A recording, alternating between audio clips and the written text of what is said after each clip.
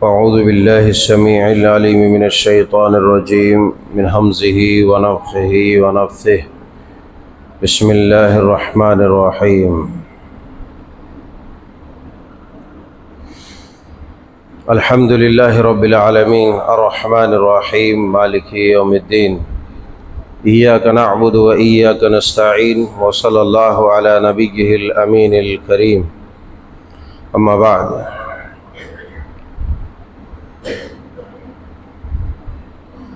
عن انس بن مالک رضی اللہ تعالی عنہ قال قال رسول اللہ صلی اللہ علیہ وسلم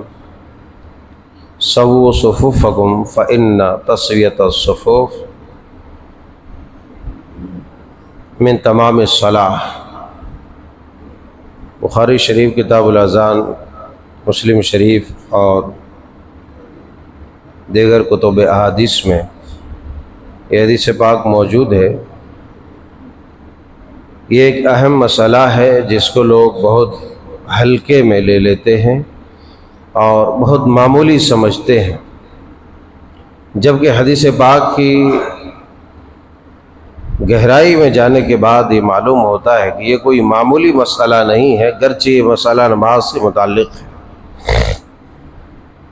یہی وجہ ہے کہ آپ علیہ السلام نے بیان فرمایا، سیدنا حضرت انس بن مالک رضی اللہ تعالیٰ عنہ بیان فرماتے ہیں کہ آپ نے فرمایا سووا صفوفکم، نماز میں تم لوگ اپنی صفوں کو درست کرو۔ وہ اس لیے درست کرو کہ فإن تسویۃ الصفوف من تمام الصلاۃ،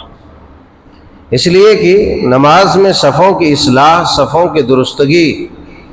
یہی تو نماز کو مکمل کرتی ہے، یہی کام نماز کو مکمل کرتی ہے۔ جماعت میں مل کر کے کھڑا ہونا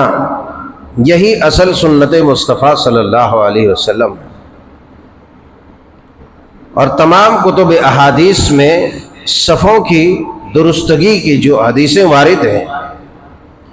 اس میں یہی بات مرغوب و مذکور ہے کہ صف میں ایک دوسرے سے مل کر کے کھڑا ہونا چاہیے۔ بعض احباب دوری بنائے رکھتے ہیں، جیسے کووڈ ٹائم پہ دوری بنا کے رکھتے تھے، حالانکہ دنیا کے کسی بھی حدیث میں جماعت میں جب لوگ کھڑے ہوتے ہیں تو ڈسٹینس مینٹین کرنے کی کہیں کوئی اجازت ہے نہ کوئی حکم ہے، بلکہ یہ حدیث پاک جو صحیح بخاری شریف اور صحیح مسلم شریف کی ہے، حضرت رسول اللہ صلی اللہ علیہ وسلم بیان فرماتے ہیں، حضرت انس کہتے ہیں اقیمت الصلاۃ فقال رسول اللہ صلی اللہ علیہ وسلم اقیموا صفوفکم وتراصوا فإنی اراکم من وراء ظہری، کہ لوگوں تم لوگ جب جماعت کھڑی ہوتی تو آپ علیہ السلام اقبل علینا رسول اللہ صلی اللہ علیہ وسلم بوجہی، آپ لوگوں کی طرف متوجہ ہوتے، جب جماعت کھڑ جاتی لوگ سب بنا لیتے تو آپ لوگوں کی طرف گھوم کر کے کہتے اقیموا صفوفکم وتراصوا،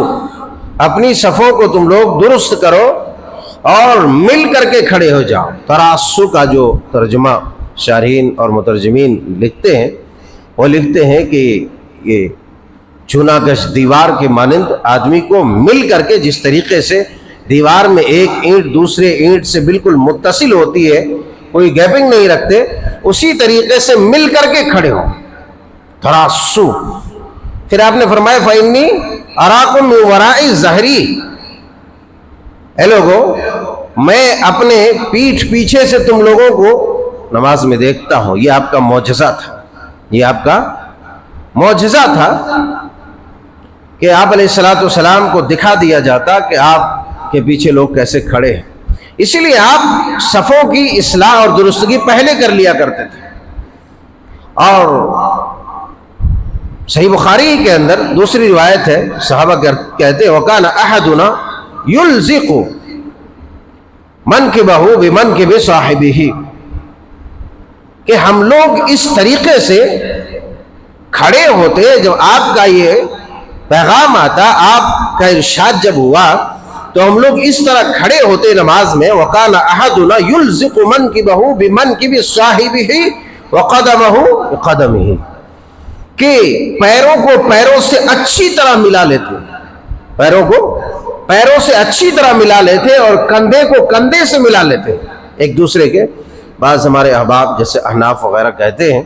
کہ بھائی کندھا ملاتے ہیں تو پیر نہیں ملتا، پیر ملاتے ہیں تو کندھا نہیں ملتا، یہ سراپا جھوٹ ہے اور حدیث رسول صلی اللہ علیہ وسلم کے خلاف ہے، کیونکہ آپ نے صاف صاف بتا دیا، صحابہ کرام نے اپنا عمل، کہ ہم لوگ پیر کو پیر سے اچھی طرح، یلزقو کے معنی ہوتا ہے چمٹ جانا، چپک جانا، چپک جانا ایک دوسرے سے۔ وَكَانَ أَحَدُنَا يُلْزِقُ مَنْكِبَهُ بِمَنْكِبِ صَاحِبِهِ، چپک جاتا ہمارا کندھا ہمارے ساتھیوں کے کندھے سے چپک جاتا، وَقَدَمَهُ بِقَدَمِهِ، اور ان کے قدم سے ہمارا قدم بالکل چپک جاتا، لگ جاتا، مل جاتا۔ اور ذرا تصور کیجئے حدیث پاک کے اندر اس قدر سختی والے الفاظ مذکور ہیں، اس کے بعد بھی اگر کوئی ایسی حرکت کرتا ہے تو حدیث پاک کی روشنی اس کی نماز میں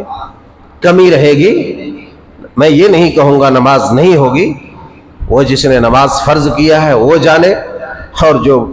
پڑھ رہا ہے وہ جانے، مگر میں اتنا کہوں گا کہ اس کی نماز مکمل نہیں ہوگی، اس لیے کہ پہلی جو حدیث ابھی میں نے رکھی اس میں تمامی صلاۃ کا لفظ ہے کہ نماز مکمل ہوتی ہے سب کی، اسی لیے ہمیں کہنا پڑتا ہے، ہمیں دیکھنا پڑتا ہے کہ جب جماعت کھڑی ہوتی ہے تو لوگوں کے پیر سے پیر اور کندھے سے کندھے، اور یہ ایک کامن بات ہے کہ آدمی اگر اپنی باڈی لیول کے حساب سے کھڑا ہو جائے اور اپنے پیر کو رکھے تو آٹومیٹکلی اس کا کندھا اپنے ساتھی کے کندھے سے اور اس کا پیر اپنے ساتھی کے پیر سے مل جائے گا۔ ہمیں سے ہر کوئی دیکھتا ہے، بلکہ بعض دفعہ پیچھے کھڑے ہوتے ہیں تو ہم بعض ان بھائیوں کو بھی دیکھتے ہیں جو بھائی پیر نہیں ملاتے ہیں، مگر جب مل جاتا ہے بعض لوگ تو جو ملا لیتے ہیں تو آٹومیٹکلی اس کا کندھا بھی مل جاتا ہے۔ بلکہ اس کے بارے میں تو اتنا ہے، آپ علیہ الصلوۃ والسلام نے فرمایا، اور یہ تسویت صفوف کے تعلق سے، صفوں کی درستگی کے تعلق سے بہت ساری روایات، زیادہ تر میں نے دیکھا کہ بخاری اور مسلم کے اندر موجود ہے، کہیں کتاب الاذان میں ہے، کتاب الصلاۃ میں ہے، تو فرمایا لَتُصَوُّنَّ صُفُوفَكُمْ أَوْ لَيُخَالِفُنَّ اللَّهُ، کہ تم اپنی البتہ ضرور اپنی صفوں کو درست کرو، سیدھی کرو، مل کے کھڑے رہو، نہیں تو اللہ تمہارے دلوں کے درمیان، تمہارے درمیان اختلاف پیدا کر دے گا۔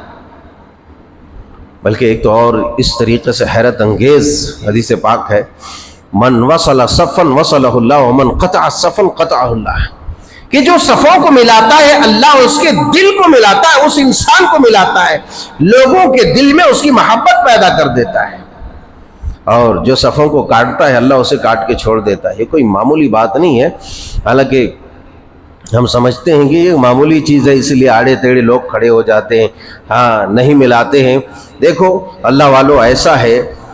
کچھ مولویوں کا کہنا ایک ہوگا، کچھ کا کہنا ایک ہوگا، مگر حدیث پاک کے جتنے الفاظ ابھی میں نے پڑھے ہیں، یہ تمام الفاظ کو اگر آپ ترازو کے کسی بھی پلڑے پر رکھیں گے یا کسی بھی لیبارٹری میں لے جا کر کے چیک کریں گے، خدا کی قسم آپ کو یہی پیغام ملے گا کہ حدیث پاک کے اندر صفوں کو بالکل چونا گج دیوار کی طرح ملا کر کے رکھنے کا اور سب بنانے کا۔ آپ علیہ الصلوۃ والسلام نے فرمایا الا تصفون کما تصف الملائکہ، اے لوگوں کہ کیا میں تمہیں یہ نہ بتاؤں کہ جس طریقے سے فرشتے اللہ جل شانہ سبحانہ و تعالیٰ کے سامنے جس طریقے سے سب بندی کرتے ہیں اسی طریقے سے تم سب بندی کرو؟ صحابہ نے کہا بالکل بتلائیے۔ آپ علیہ الصلوۃ والسلام نے وہ نقشہ کھینچ کے بتلایا کہ صفوں کی اصلاح کس قدر کی جائے، کس طریقے سے کی جا سکتی ہے۔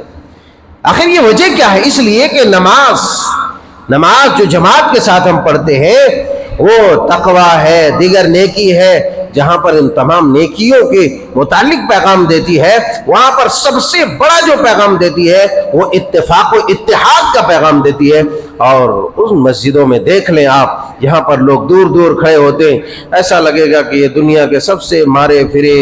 بدقسمت انسان ہیں جو الگ الگ کھڑے ہیں، پریشان ہیں۔ دیکھنے میں عجیب لگتا ہے کیونکہ وہ حدیث رسول کے خلاف ہے. حدیث رسول میں آپ علیہ الصلوۃ والسلام، یہ بھی صحیح بخاری کی حدیث ہے، فرمایا وَلَا تَذَرُوا فُرُجَاتٍ وَلَا تَذَرُوا فُرُجَاتٍ لِلشَّيْطَانِ، بیچ میں تم جگہ شیطان کے لیے نہ چھوڑو. ظاہر سی بات ہے آپ جب بیچ میں جگہ چھوڑ دیں گے تو آپ نے فرمایا شیطان کے لیے مت چھوڑو. اب آپ ہی عقل والے ہیں، بہت زیادہ عقل والے ہیں جس کو اللہ نے عقل والا بنایا، کہ ولا تذروا فرجات للشیطان کے معنی کیا ہے؟ ولا تذروا، مت چھوڑو، فرجات، وہ خالی جگہ للشیطان، شیطان کے لیے، کیونکہ شیطان داخل ہو جائے گا تمہارے صفوں کے بیچ. اب اس حدیث پاک کا لوگ مذاق اڑانے لگتے ہیں بعض دفعہ، اور ایسے الو کے پٹھے مولوی مذاق اڑانے لگتے ہیں، اللہ ہدایت دے، کہتے ہیں دونوں ٹانگوں کے بیچ بھی تو خلا رہتی ہے. کتنی بیہودی بات ہے، کتنی اخلاق سے گری ہوئی بات ہے. ارے حدیث رسول ہے، آپ بیان فرماتے ہیں صفوں کے بیچ خلا نہ رکھے، شیطان کے لیے وہ ہو جائے گا، شیطان داخل ہو جائے گا. یہاں کہہ رہا دونوں ٹانگوں کے بیچ خالی جگہ ہے. اللہ کے رسول صلی اللہ علیہ وسلم کو معلوم نہیں تھا؟ کتنی بیہودگی پر مبنی یہ بات ہے. بلکہ حدیث پاک میں وَقَارِبُوا وَسَدِّدُوا بَيْنَ الْمَنَاكِبِ، کندھوں کو کندھے سے ملاؤ، سددو، سختی کے ساتھ ملاؤ، یہ ہے وَقَارِبُوا، قریب ہو جاؤ. اور کیا چاہیے اللہ والو، اور کیا چاہیے؟ حدیث پاک کا وہ بہت ساری حدیثیں ہیں، ان تمام کا نچوڑ اور خلاصہ خدا کی قسم یہی ہے. اور میں یہی کہوں گا قیامت کی صبح تک کوئی بھی ایک ایسی روایت نہیں پیش کر سکتا جس میں یہ ہو کہ بھائی دور دور آدمی جماعت میں کھڑے ہو. بلکہ جماعت کا مطلب ہی یہ ہے کہ اگر ایک آدمی مجمع میں بیٹھا ہے تو مجمع کا آداب یہ ہے، اس کا اصول یہ ہے کہ آدمی مل کر کے آپس میں متحد ہو کر کے بیٹھے، قریب ہو کر کے بیٹھے. یہ تو جماعت ہے، نماز ہے کہ بارگاہ رب العزت میں لوگ کھڑے ہوتے ہیں. اللہ اکبر کبیرہ، سبحان اللہ عدد ما خلق. آپ دیکھیں کہ عام مجلس میں آدمی بیٹھے تو ایک دوسرے سے لگ کے چپک کے بیٹھے، تو ذرا تصور کیجئے کہ جب بارگاہ رب العزت میں تمام مومنین کا جو ہے اجتماع ہوا ہے، سب کے سب کھڑے ہیں، تو اللہ کو کیا یہ پسند ہوگا کہ دور دور کھڑے رہیں؟ کبھی بھی پسند نہیں ہوگا. اور ابھی میں نے جتنی بھی حدیثیں رکھی ہے یہ سب کے سب ایسی حدیثیں ہیں کہ کوئی بھی مسلمان یا کوئی بھی عالم دین، کوئی بھی ایمان والا اس طریقے سے ان احادیث مبارکہ پر انگلی نہیں اٹھا سکتا کہ بھئی یہ حدیث غلط ہے یا یہ ضعیف ہے یا یہ ایسی ہے ویسی ہے، کیونکہ یہ ہے ویسی آتھینٹک کہ اس پر کوئی کلام نہیں کر سکتا. لہٰذا معلوم یہ ہوا کہ جہاں پر ہم اپنی صفوں کی خوب اصلاح کرتے ہیں، الحمدللہ اہل حدیثوں کے مساجد میں اس کا اہتمام ہوتا ہے.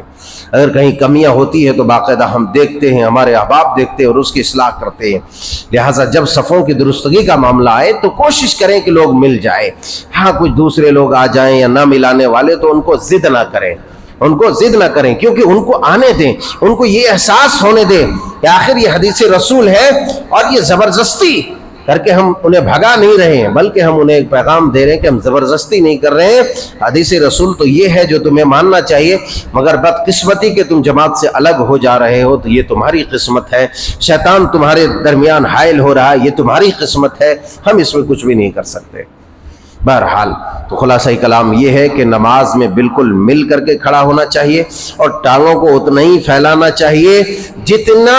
اس کا جو ہے باڈی لیول ہے اسی حساب سے رکھے. بعض لوگ اتنا پھیلا دیتے ہیں، یہ صحیح نہیں ہے. بعض لوگ یوں کر لیتے ہیں، بلکہ ہمارے دوسرے بھائی احباب احناف وغیرہ یوں کر کے رکھتے ہیں. ایسا نہیں اللہ والو، تمہارا باڈی لینگویج باڈی لیول کیا ہے اس حساب سے رکھو. پھر دوسرا اپنے حساب سے رکھے گا تو پیر سے پیر بھی ملے گا، کندھے سے کندھے ملے گا، قصہ ختم. حدیث پاک پر عمل. اللہ جل شانہ سبحانہ و تعالیٰ سے دعا ہے کہ مولا کریم ہم سب کو عبادات اسی طرح سے کرنے کی توفیق عطا فرما جس طریقے سے اپنے بندوں پر تو نے فرض کیا ہے اور جو طریقہ تو نے اپنے مصطفیٰ کو بتایا ہے صلی اللہ علیہ وسلم. آمین. تقبل یا رب العالمین. وآخر دعوانا.